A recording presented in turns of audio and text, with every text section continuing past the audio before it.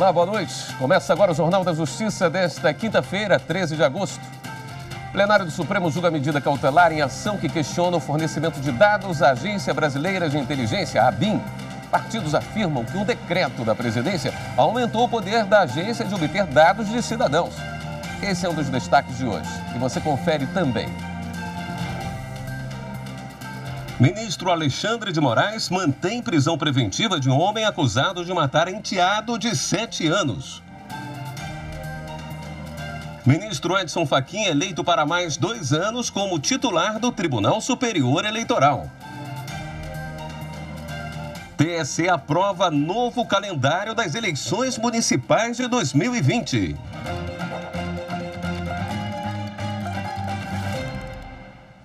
Na tarde desta quinta-feira, o plenário do Supremo Tribunal Federal julgou medida cautelar em ação que pede restrição ao fornecimento de dados à Agência Brasileira de Inteligência, a ABIN. A repórter Marta Ferreira acompanhou a sessão de hoje e detalha isso pra gente. Oi, Marta. Boa noite.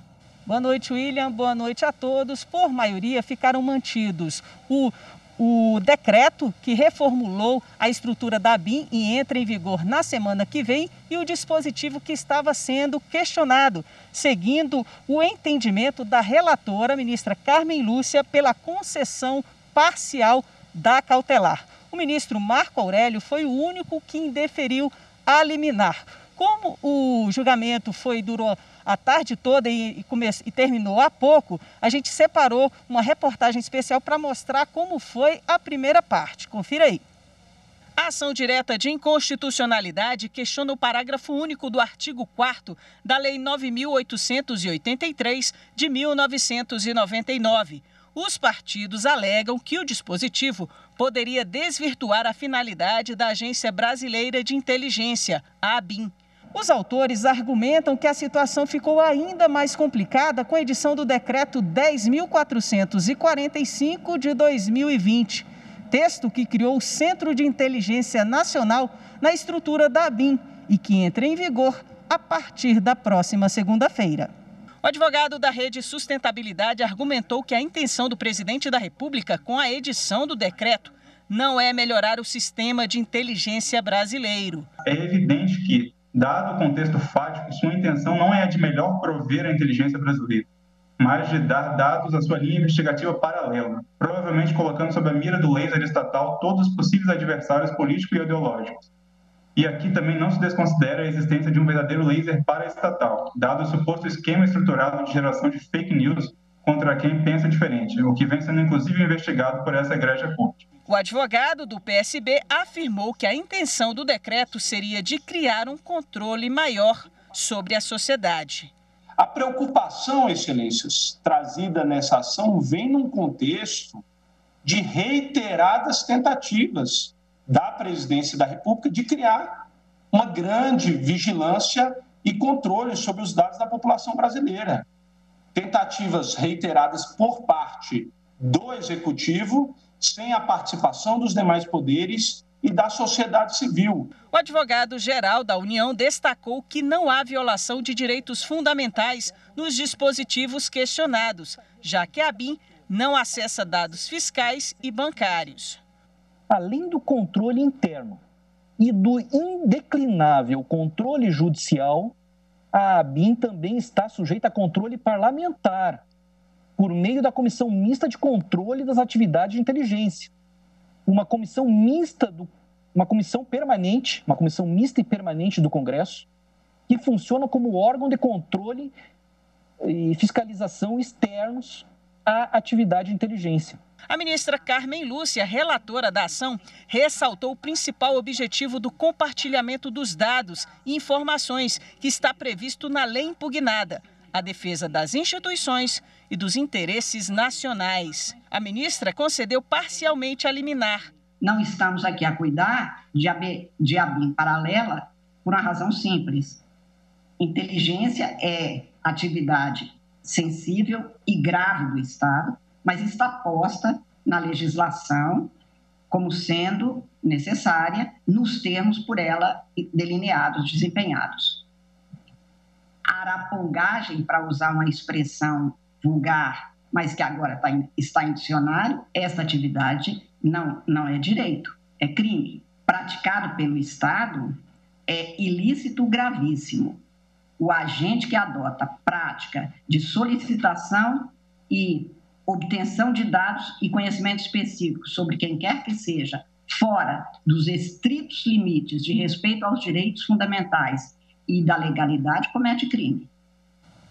E como a gente falou anteriormente, a sessão terminou agora há pouco. Vamos conferir agora trecho de alguns votos de algum dos ministros. Lembrando que o ministro Marco Aurélio foi o único que indeferiu a liminar. Confira os trechos agora.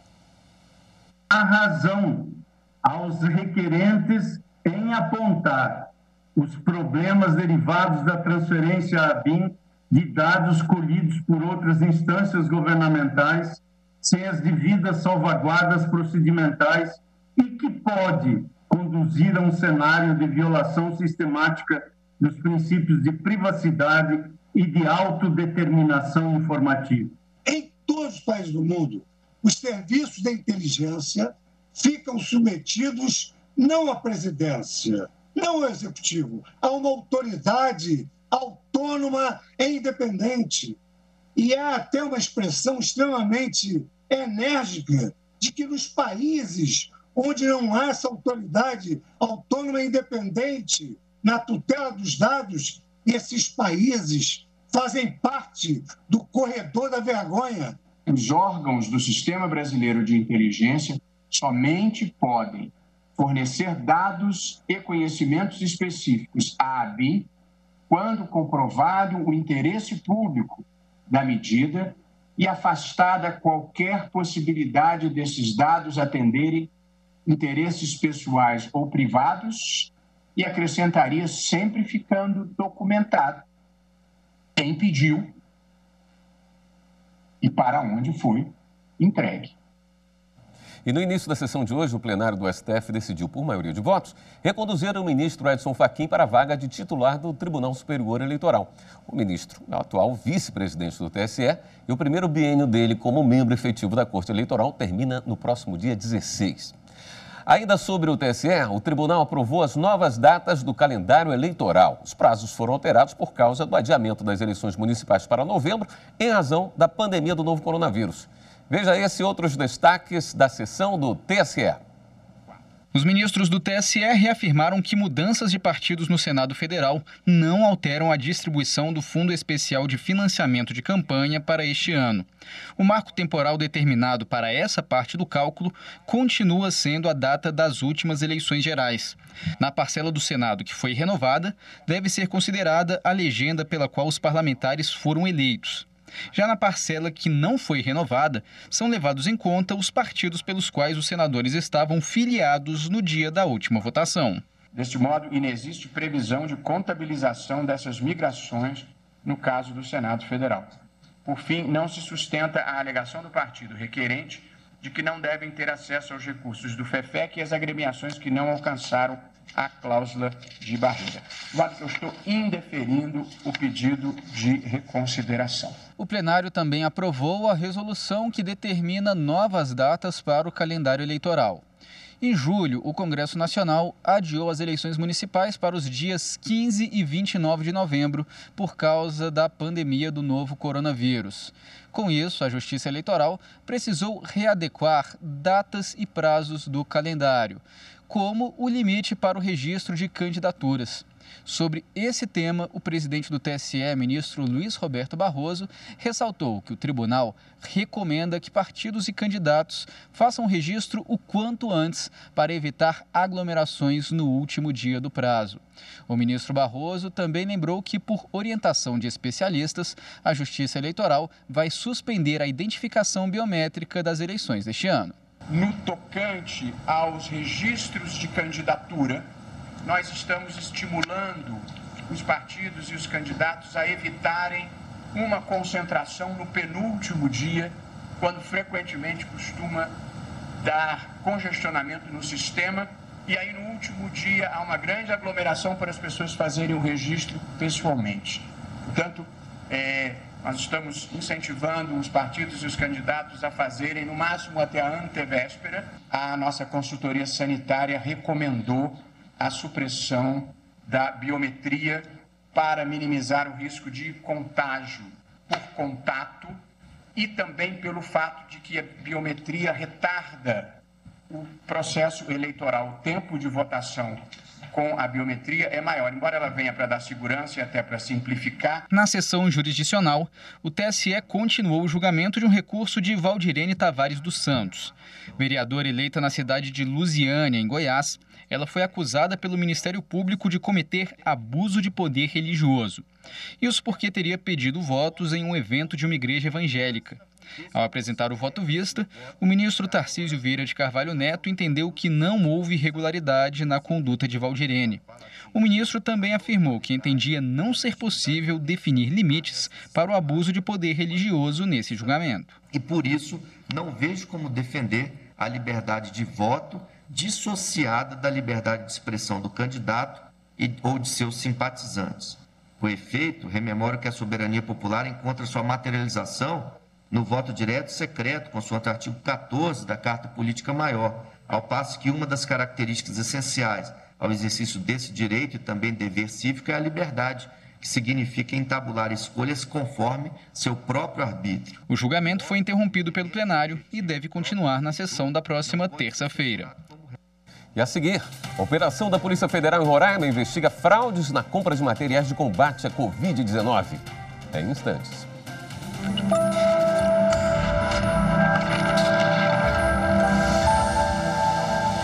Em tempos de pandemia, eu destacaria, dentre os artigos da Constituição Federal de 1988, o artigo 5º, inciso 35º, que vai dizer sobre a inafastabilidade do Poder Judiciário.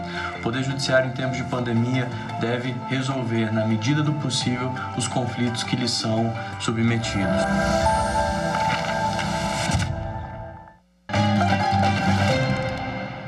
O ministro Alexandre de Moraes, do Supremo Tribunal Federal, negou habeas corpus a um tanzaniano acusado de matar um enteado de 7 anos em São Paulo em 2015. O crime teria contado com a ajuda da mãe da criança. O corpo do menino foi escondido no freezer da casa da família. Na primeira instância, o estrangeiro foi acusado de ocultação de cadáver, mas o Tribunal de Justiça de São Paulo decidiu julgá-lo por homicídio triplamente qualificado, o que foi mantido pelo Superior Tribunal de Justiça. Ao Supremo, a defesa pediu a revogação da prisão preventiva ou a anulação do acórdão do Tribunal Paulista. Mas o ministro Alexandre afirmou que os argumentos do tribunal são idôneos e que a gravidade do crime justifica a prisão cautelar a fim de resguardar a ordem pública. A Polícia Federal realizou na manhã de hoje a Operação Virion. A investigação, que tem o apoio da Controladoria Geral da União, apura fraudes em licitações de produtos e serviços para o enfrentamento à Covid-19 em Roraima. O Tribunal Regional Federal da Primeira Região autorizou o cumprimento de 36 mandados de busca e apreensão em 8 estados e no Distrito Federal. Segundo as investigações, um ex-secretário de Saúde de Roraima e um deputado estadual teriam direcionado contratações para empresas de integrantes do esquema. A Controladoria Geral da União identificou diversos indícios como a prática de sobrepreço e de irregularidades nas contratações e nos pagamentos. Além disso, os contratos que usavam recursos federais não eram transparentes e dificultavam a fiscalização dos gastos. Os envolvidos se aproveitavam das contratações diretas por causa da pandemia e a organização criminosa teria movimentado aproximadamente 50 milhões de reais na compra de insumos médicos hospitalares, como respiradores e testes rápidos, de forma ilegal. O Tribunal Superior do Trabalho isentou o governo de Mato Grosso de pagar uma dívida trabalhista de um hospital que estava sob intervenção do Estado. A decisão foi tomada durante o julgamento da reclamação trabalhista de um auxiliar de serviços gerais do Instituto Pernambucano de Assistência e Saúde, o IPAS. O Instituto tinha firmado um contrato de gestão com o Estado de Mato Grosso para o gerenciamento do Hospital Metropolitano. Mas durante o período em que o auxiliar trabalhava para o IPAS, o Estado procedeu com a intervenção temporária na gestão do hospital e, posteriormente, rescindiu o contrato. O auxiliar pediu o pagamento das verbas rescisórias e a responsabilização subsidiária do Estado de Mato Grosso. O IPAS argumentou que o Estado, ao intervir e rescindir o contrato, deveria responder pelas obrigações relativas ao hospital. O Estado, no entanto, defendeu que a intervenção teve o objetivo de garantir o restabelecimento adequado dos serviços de saúde prestados. O Tribunal Regional do Trabalho da 23ª Região entendeu que houve omissão culposa da administração pública estadual quanto ao dever legal de fiscalizar a execução do contrato e reverteu decisão de primeiro grau, condenando o Estado de forma subsidiária ao pagamento das dívidas. A relatora do recurso de revista do Estado na segunda turma do TST, ministra Adelaide Miranda Arantes, explicou que a medida visava apenas garantir a continuidade da prestação dos serviços públicos de saúde e que, na qualidade de interventor, o ente público não pratica atos em nome próprio, mas em nome da entidade que sofreu intervenção. Por isso, conforme o entendimento que predomina no TST, não há possibilidade de responsabilização subsidiária. A decisão foi unânime entre os ministros da segunda turma. O Superior Tribunal de Justiça manteve a indenização de R$20 mil a um passageiro que sofreu uma queda depois de uma pane elétrica em um trem de São Paulo. Na ação contra a Companhia Paulista de Trens Metropolitanos, o passageiro contou que após uma explosão causada por uma pane elétrica e a parada do trem entre duas estações, as portas abriram e, em meio ao tumulto, ele foi jogado para fora de uma altura de aproximadamente 2 metros, machucando o quadril e sendo pisoteado por várias pessoas.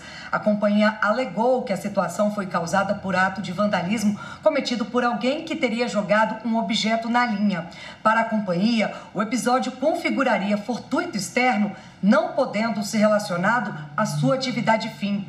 Porém, o Tribunal de Justiça de São Paulo estabeleceu uma indenização de R$20 mil por entender que a empresa falhou na obrigação de proporcionar segurança aos passageiros e a companhia recorreu ao STJ. Ao julgar o caso, a relatora ministra Nancy Andrighi explicou que, além de o suposto ato de vandalismo não ter sido a única e exclusiva causa do abalo moral sofrido pelo passageiro, eventos inesperados, mas previsíveis, como o rompimento de um cabo elétrico, estão inseridos nos fortuitos internos do serviço de transporte. A terceira turma aplicou, então, a teoria do risco criado, por concluir que o dano está inserido entre os riscos inerentes ao transporte ferroviário e manteve a indenização fixada por danos morais. No próximo bloco, o Ministério Público Federal denuncia desembargadora e juíza por envolvimento em suposto esquema de venda de decisões judiciais. Depois do intervalo.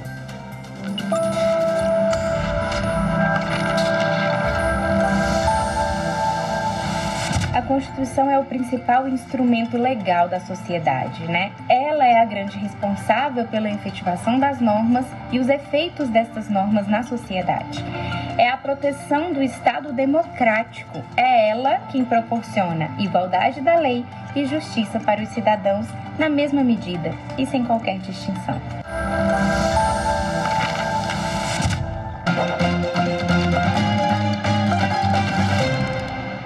O Ministério Público Federal apresentou ao Superior Tribunal de Justiça denúncia contra 2 magistradas por suposto envolvimento em esquema de venda de decisões judiciais.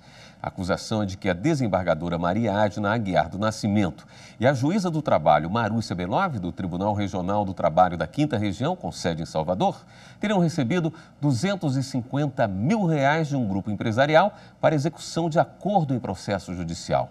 Outras 5 pessoas também foram denunciadas por participarem do esquema criminoso que teria funcionado entre 2015 e 2019. Estão proibidas atividades de mineração que envolvam áreas indígenas na região de Santarém, no oeste do Pará. A decisão da Justiça atende a um pedido do Ministério Público Federal e é válida para os requerimentos que já foram entregues e aqueles que ainda serão encaminhados à Agência Nacional de Mineração. A decisão da Justiça é válida para a região de Santarém, no oeste do Pará, e dá o prazo de 30 dias para análise ou recusa imediata de pedidos minerários em terras indígenas homologadas, delimitadas ou identificadas. Os pedidos de pesquisa ou exploração em áreas que estejam parcialmente localizadas em territórios indígenas também deverão ser analisados no prazo de 30 dias corridos. O Superior Tribunal de Justiça decide que cobrança abusiva de correção monetária não é suficiente para descaracterizar atraso no pagamento de imóvel. O entendimento da terceira turma do STJ foi usado para afastar a condenação em danos morais e lucros cessantes, imposta a uma construtora que incluiu compradores no cadastro de inadimplentes, depois que eles pagaram uma parcela em valor menor do que o previsto em contrato, alegando o atraso de 2 meses na entrega do habite-se. Após quitar o saldo devedor, o casal ajuizou a ação de indenização por danos morais e materiais contra a incorporadora. A empresa foi condenada a conceder a escritura do imóvel que estava pendente, a pagar lucros cessantes equivalentes a 2 meses de aluguel, indenização por danos morais, além de restituir os valores pagos a mais no Índice Nacional de Construção Civil. A construtora recorreu ao STJ. Ao analisar o caso, o relator, ministro Paulo de Tarso Sanseverino, observou que, para a jurisprudência do STJ, a cobrança abusiva da correção monetária que descaracteriza a mora é aquela verificada nos juros remuneratórios ou na capitalização, o que não se aplica ao caso. De acordo com o relator, a incorporadora agiu de forma legítima, pois caberia aos compradores pagar ao menos o valor nominal do saldo devedor. A turma seguiu o voto do relator e acolheu o recurso da construtora. O STJ também decidiu que o prazo para a contagem do tempo, em caso de uso capião entre cônjuges, pode ser contado a partir da separação de fato. O recurso especial foi julgado pela terceira turma do STJ. No processo, uma mulher reivindicou na justiça a uso capião do imóvel no qual residia com o marido até a separação de fato em 2009, quando ele deixou o lar. Segundo o processo, ajuizado em 2014, os dois se casaram em 1986 e passaram a morar na propriedade adquirida por ele em 1985. A autora da ação pediu o reconhecimento da uso capião familiar ou da uso capião especial urbana pela Justiça. No caso, no uso capião familiar, é necessário que os dois tenham adquirido aquele imóvel, tá? Então, os dois juntos adquiriram aquele imóvel. E no caso da uso capião especial urbana, não há esse requisito. Pode ser que eles tenham adquirido juntos ou não. Pode ser que eles tenham, que ela está usucapiando um imóvel de um terceiro. O Tribunal de Justiça de Minas Gerais descartou a possibilidade de uso capião familiar e, no caso da uso capião especial urbana, entendeu que não era possível também, porque o prazo de 5 anos exigido pelo Código Civil não poderia ser contado a partir da separação de fato, mas apenas da separação judicial ou do divórcio, como previsto expressamente na lei. No recurso especial ao STJ, a autora questionou exclusivamente a decisão do TJ de Minas em relação ao uso capião especial urbana.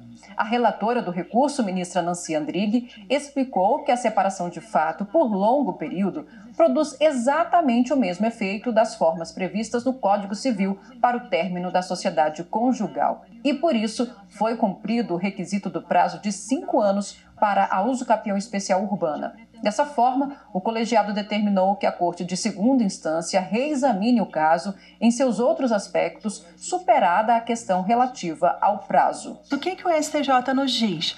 Que o momento que deve ser contado, o momento marco zero inicial da contagem do prazo, para ver se houve ou não a uso capião, meu marco zero, então é da separação de fato, é do momento em que a pessoa saiu de casa. E nesse momento que ele saiu de casa é que, portanto, eu começo a minha contagem, meu marco zero, para poder fazer essa análise. Esta edição do Jornal da Justiça fica por aqui. Para você, uma boa noite. Até amanhã.